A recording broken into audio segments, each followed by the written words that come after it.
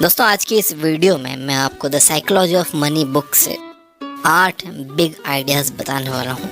तो बिना किसी डीले के हम डायरेक्ट काम की बात पर आएंगे। और पहला बिग आइडिया है, यू डोंट नो एवरीथिंग। हम हमारे एक्सपीरियंसेस के बेस पर कोई भी राय बनाते हैं। थोड़े से एक्सपीरियंस पर कई लोग ये मानने लग जाते हैं कि उन्हें इस दुनिया के बारे में सब कुछ पता है, लेकिन वो ये बात भूल जाते हैं कि दुनिया में 800 करोड़ लोग हैं और हर इंसान की अपनी अपनी अलग राय है और हर कोई अपनी दुनिया में सही भी है। एक चीज़ जो किसी को बिल्कुल सही लग रही हो सकता है कि किसी और को पागलपन लगे। The psychology of money book में ऑथर मॉर्गन हाउसेल कहते हैं कि पैसों के लेकर आपका एक्सपीरियंस दुनिया में जो कुछ भी हुआ है उसका 0.0000001% हो सकता है, लेकिन 80% एक्सपीरियंस आपका वो होता है जो आप सोचते हो कि दुनिया कैसे चलती है। यानी आसान शब्दों में कहें कि हम ज़्यादातर वही बातें मानते रहते हैं जो हमारे बिलीफ में बैठी हुई है। जैसे अगर किसी के अंकल को 20 साल पहले स्टॉक मार्केट में नुकसान हो गया था तो हम ये मान के बैठ जाते हैं कि स्टॉक मार्केट में सिर्फ नुकसान ही होता है। जैसे अगर किसी के मामा को रियल एस्टेट में नुकसान हो गया तो हम ये मान कर बैठ जाते हैं कि रियल एस्टेट में तो नुकसान ही होता है। किसी के भाई का बिजनेस डूब गया तो हम ये मान के बैठ जाते हैं कि बिजनेस तो बिल्कुल नहीं करना है। एक और एग्जांपल देता हूँ। 1970 में पैदा हुए लोगों ने इंडेक्स फंड का बूम देखा होगा। उन्हें इंडेक्स फंड सबसे अट्रैक्टिव इन्वेस्टमेंट लगेगा, जबकि 90s में पैदा होने वाले लोगों को क्रिप्टो करेंसी अट्रैक्ट कर सकती है। तो कहने का मतलब यह है कि आपको खुद को लिमिट नहीं करना चाहिए।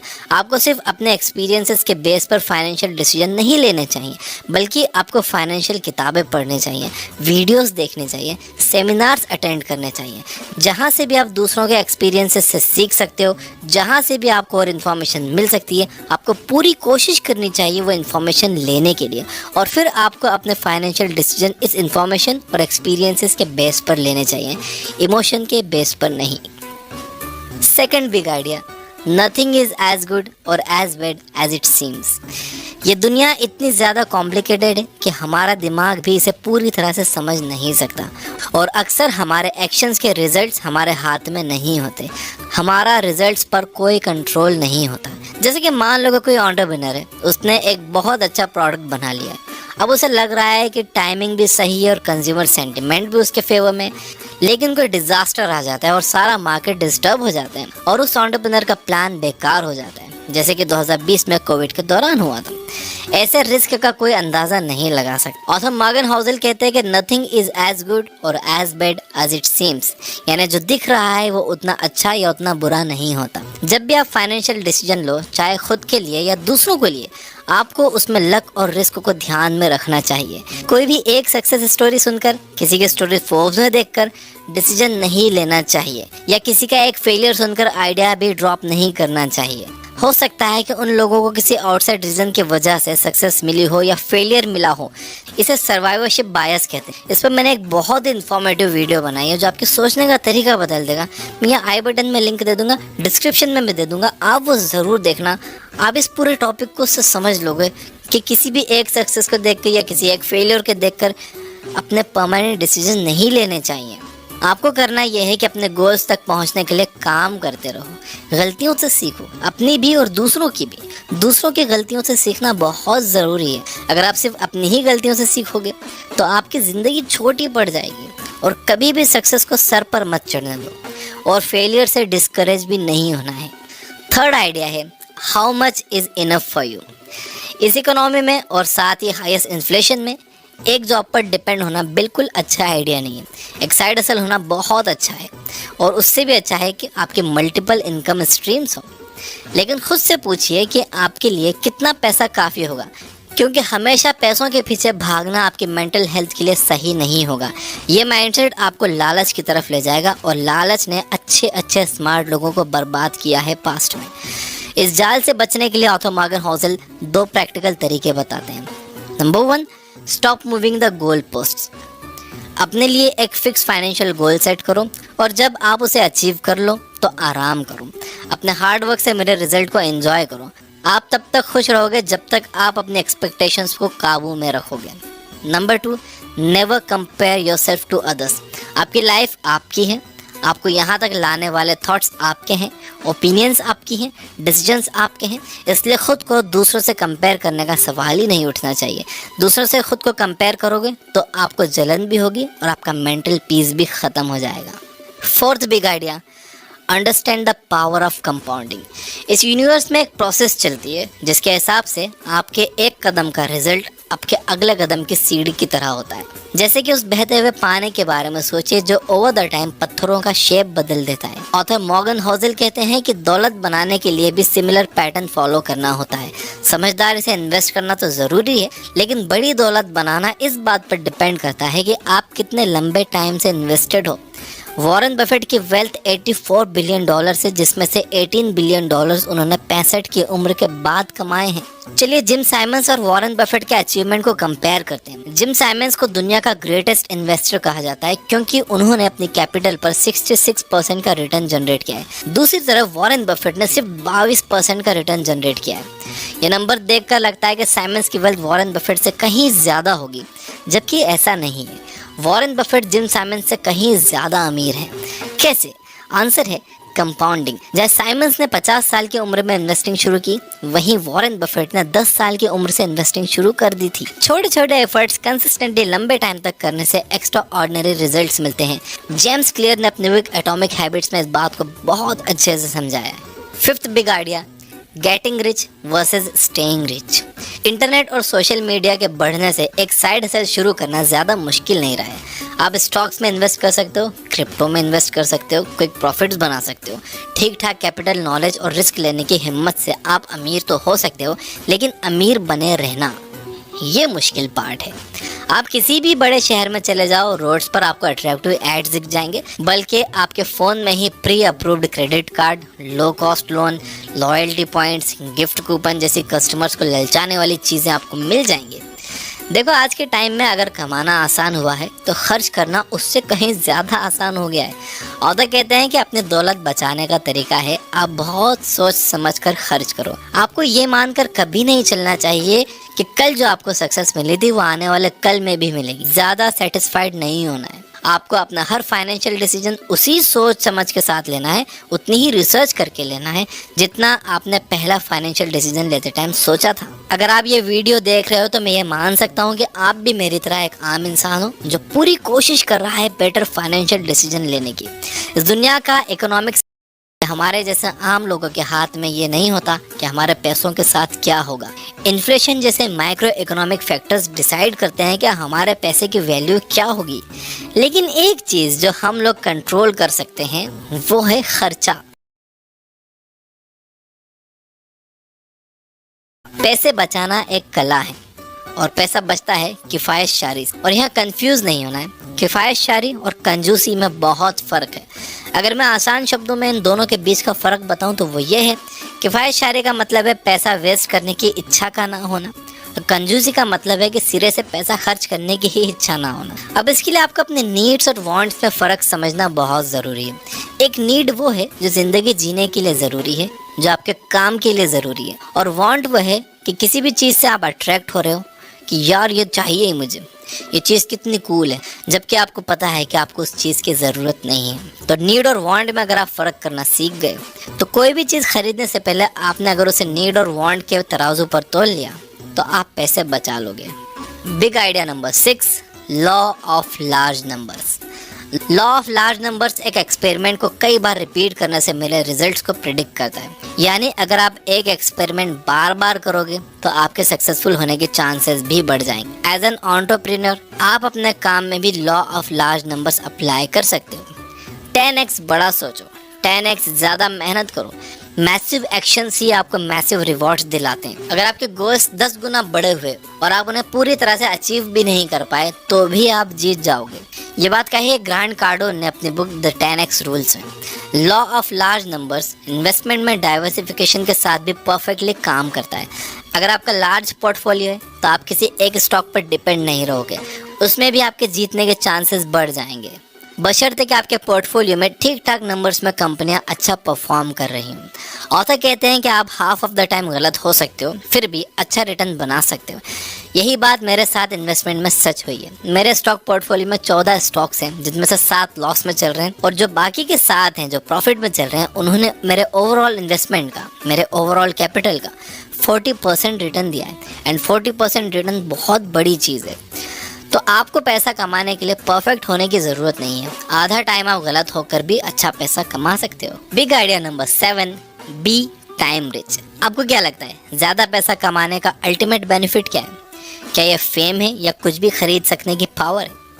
ऑथर मॉर्गन हाउसेल कहते हैं कि पैसा का ग्रेटेस्ट डिविडेंड है आपका अपने टाइम पर कंट्रोल होना। कई स्टडीज़ ने यह बात साबित की है कि जो लोग खुद को खुश मानते हैं उनके पास टाइम की फ्रीडम होती है। वो लोग अपनी मर्ज़ी से कहीं भी आ जा सकते हैं, कोई भी काम कर सकते हैं। वो किसी एक चीज़ से बंधे हुए नहीं होते कि यहाँ रोज़ 8 घंटे देना ही है। एंड इसलिए पैसा ज़रूरी है। पैसा होने का मतलब है कि आपके पास लाइफ में ऑप्शंस होंगे। इसका मतलब है कि आपको एक टॉक्सिक वर्क प्लेस में ज़बरदस्ती बैठना नहीं पड़ेगा। इसका मतलब है कि जब आप अच्छा फील नहीं कर रहे तब भी आपको खुद को काम पर जाने के लिए फोर्स नहीं करना पड़ेगा।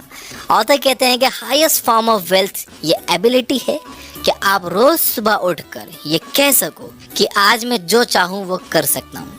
तो सबसे पहले आपका गोल होना चाहिए एक इमरजेंसी फंड बनाने का, यानी इतना पैसा जमा कर लो कि अगर 6 महीने तक आप कोई भी काम ना करो तब भी आप आसानी से सरवाइव कर सको। जब आपके पास ये फंड तैयार हो जाए उसके बाद आप अपने नेक्स्ट स्टेप के बारे में सोचो। उसके बाद आप सोचो कि आपको जॉब छोड़कर कुछ करना है नहीं करना है। उसके बाद आप रिस्क लो। पहले इमरजेंसी फंड बनाना बहुत ज़रूरी है। अल्टीमेटली आपका गोल आपके अर्निंग को अपनी लाइफ के साथ जोड़ने का होना चाहिए, यानी एक ऐसी लाइफ जिसमें आपका अपने टाइम पर कंट्रोल हो। यानी आपका गोल होना चाहिए इस तरह से पैसा कमाने का कि जिसमें आपका अपने टाइम पर कंट्रोल हो। यानी आपको अपने काम में पूरे टाइम नहीं लगा रहना पड़े, आपको काम करने रोज़ नहीं जाना पड़े। याद रखिए कि सिर्फ बेशुमार पैसा कमाना काफ़ी नहीं है, आपके पास उसके रिटर्न्स एंजॉय करने के लिए टाइम भी होना चाहिए। बिग आइडिया नंबर 8, ये आइडिया मैंने अपने पर्सनल चैनल पर भी थोड़े दिन पहले बताया था। Luxury is normal. आपने सड़क पर कई बार कोई शानदार स्पोर्ट्स कार देखी होगी। अब ज़रा आप ये याद करने की कोशिश करो कि उस कार को जो इंसान चला रहा था क्या वो आपको याद है? 99% चांसेस है कि आपको बस अपना एक्साइटमेंट याद होगा कि आप उस कार को देखकर कितने एक्साइटेड हुए थे, लेकिन उस कार को कौन चला रहा था ये आपको बिल्कुल याद नहीं होगा। Luxury items definitely eye catching होते हैं और यही उनका पर्पस भी होता है। ऑथर कहते हैं कि आप अपने लग्जरी आइटम से जितने इम्प्रेस होते हो उतना और कोई इम्प्रेस नहीं होता। ऑथर कहते हैं कि आपको लगता है कि लोग आपका लग्जरी आइटम देखकर आपसे इम्प्रेस हो रहे हैं, जबकि आपसे इम्प्रेस कोई नहीं होता। डे टू डे लाइफ में आपको एक कार की ज़रूरत होती है, सिर्फ किस लिए? पॉइंट ए से पॉइंट बी जाने के लिए। एक नॉर्मल कार भी आपको पॉइंट ए से पॉइंट बी ले जाएगी और एक फरारी भी सेम काम करेगी। फ़र्क यह है कि फरारी के लिए बहुत ज़्यादा पैसा लगता है और उसे मेंटेन करने के लिए और भी ज़्यादा पैसा लगता है। सारे स्टेटस सिंबल सेम होते हैं, टेम्पटिंग होते हैं, बट अल्टीमेटली पॉइंटलेस होते हैं। आपको ये बात याद रखना होगी कि लग्जरी आइटम्स एक्चुअल में लाइबिलिटीज़ हैं, एसेट्स नहीं। ये चीज़ें आपकी जेब से पैसा निकालती हैं, डालती नहीं है। ऑथर कहते हैं कि गरीब होने का सबसे आसान तरीका है कि अमीर होने का दिखावा किया जाए। अब इसका मतलब ये बिल्कुल नहीं है कि आपको लग्जरी कार्स बिल्कुल ही नहीं खरीदने चाहिए। रैपर जेजी ने एक बड़ी अच्छी बात कही है कि अगर आप किसी चीज़ को 2 बार नहीं खरीद सकते तो इसका मतलब यह है कि आप उसे अफोर्ड नहीं कर सकते। एक और रूल है the 30 day rule. I don't know ये किसने बनाया। इसके हिसाब से अगर किसी चीज़ को खरीदने के लिए आपका दिल ललचाए तो आपको 30 दिन रुक जाना चाहिए। 30 दिन के बाद भी आपको अगर उसकी ज़रूरत महसूस हो कि यार बिना उसके काम नहीं चलेगा तो वो चीज़ आपको ले लेनी चाहिए। और ये जितने भी लग्जरी आइटम्स हैं इसको आपने अपनी पैसिव इनकम से लेना चाहिए। आपको अपनी एक्टिव इनकम लगाना चाहिए काम पर, यानी कि आप उन पैसों से आपको और पैसा बनाना चाहिए और जो पैसा उससे बन रहा है आपको उनसे अपने खिलौने खरीदने चाहिए। आपको कभी भी अपनी एक्टिव इनकम इन चीज़ों में नहीं लगाना चाहिए और आपको हमेशा ये चीज़ें अपने बिजनेस अकाउंट से खरीदनी चाहिए ताकि आपको इस पर डेप्रिसिएशन मिले। आपका टैक्स बचता है इससे। इन चीज़ों से अमीर अपना टैक्स बचाते हैं। आपको लगता है कि वो दिखावा कर रहे हैं जबकि वो अपना टैक्स बचाते हैं। तो ये थे 8 big ideas from the book the psychology of money. अगर मैं इसे रिपीट करूँ तो नंबर 1 है यू डोंट नो एवरीथिंग। आप ये मानकर मत चलो कि आप सब कुछ जानते हो, आप बस वही जानते हो जो आपके बिलीफ में बैठा हुआ है। इसलिए ज़्यादा से ज़्यादा लोगों से सीखो और उनके एक्सपीरियंसेस और अपने एक्सपीरियंसेस, उनकी गलती और अपनी गलती, ये सब ध्यान में रखकर फिर अपने फाइनेंशियल डिसीजन लो। नंबर 2 है nothing is as good as bad as it seems, यानी जो जितना अच्छा दिखता है, जितना बुरा दिखता है, वो वैसा होता नहीं है। किसी की एक सक्सेस स्टोरी सुनकर या किसी का फेलियर सुनकर वो काम करने मत लग जाओ या वो आइडिया ड्रॉप मत कर दो। सर्वाइवरशिप बायस को समझो, लिंक डिस्क्रिप्शन में है उस वीडियो का। नंबर 3 है how much is enough for you. देखो, ये डिसाइड कर लो कि आपके लिए कितना काफ़ी है। अगर आप बिना गोल बनाए पैसों के पीछे भागे ही जाओगे तो आपके मन में बहुत लालच आ जाएगा। कहते हैं ना, लालच की माँ गला कटाती है। नंबर 4 है understand the power of compounding. Compounding के पावर को समझो। देखो, ज़्यादा रिटर्न बनाने से ज़्यादा ज़रूरी ये है कि आप कितने लंबे टाइम तक इन्वेस्टेड हो। तो जितनी जल्दी हो सके आपको अपनी इन्वेस्टिंग जर्नी शुरू कर देनी चाहिए। भले ही 500 रुपये से एक SIP आप शुरू कर दो किसी भी एक अच्छे म्यूचुअल फंड में देखभाल के। नंबर 5 था getting rich versus staying rich. बड़ा अच्छा पॉइंट है। अमीर बनना तो ठीक है, आप बन गए, लेकिन अमीर बने रहना ये बड़ा मुश्किल पार्ट है। कुछ लोगों की इतनी इनकम नहीं होती लेकिन वो लोन पर ये फ्लैशी चीज़ें, लग्जरी चीज़ें खरीद कर समझते हैं कि वो अमीर हैं, जबकि वो अमीर होने का दिखावा करते हैं। और यही गरीब होने का सबसे आसान तरीका है। तो getting rich versus staying rich में फ़र्क समझिए। नंबर 6 था लॉ ऑफ लार्ज नंबर्स। आप जितनी ज़्यादा बार किसी काम को करोगे उतने ज़्यादा चांसेस आपके बन जाएंगे अच्छे रिजल्ट्स प्रोड्यूस करने के।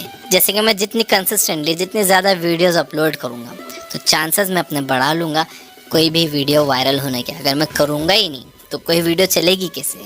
करता रहूँगा तो चांसेस बढ़ जाएंगे वीडियोस चलने के। नंबर 7 था बी टाइम रिच।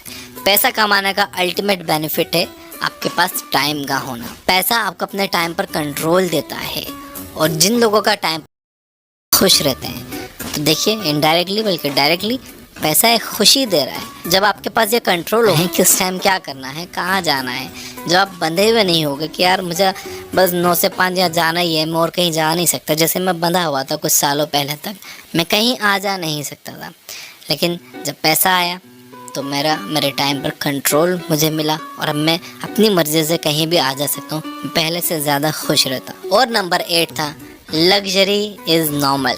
याद रखिए कि अगर आप कोई बस दिखाने के लिए कार खरीदने की सोच रहे हो, कोई भी चीज़ दिखाने के लिए खरीदने की सोच रहे हो, लोग उससे इम्प्रेस नहीं होते। लोग आपको नहीं देखते, लोग आपकी वो गाड़ी देखते हैं। आप अपनी वैल्यू बढ़ाओ कि आप पैदल भी चलो तो लोग आपको देखें, आप साइकिल पर भी चलो तो लोग आपको देखें। आपकी वैल्यू उस कार की वैल्यू से ज़्यादा होनी चाहिए भाई। अपनी वैल्यू बढ़ाओ। बाकी ये सब चीज़ें नॉर्मल हैं, ये सब आ जाएंगी। ये सब टैक्स बचाने की चीज़ें, आपको लगता है कि दिखावे की चीज़ें, ये टैक्स बचाने की चीज़ें हैं। द साइकोलॉजी ऑफ मनी, इस बुक को हमने चैप्टर बाय चैप्टर समराइज़ किया है ये बुक ऐप पर, और ये एक प्रीमियम बुक समरी है। 699 में आप 1 साल का प्रीमियम ले सकते हो। डिस्क्रिप्शन में मैंने ऐप का लिंक दे दिया है। फिलहाल अभी ये एंड्रॉयड के लिए अवेलेबल है, बहुत जल्दी हम इसे आईफोन के लिए भी लाने वाले हैं। वीडियो पसंद आया तो इसे लाइक ज़रूर करना, सब्सक्राइब नहीं किया तो सब्सक्राइब कर लेना, घंटी दबाई तो दबा देना। फाइनली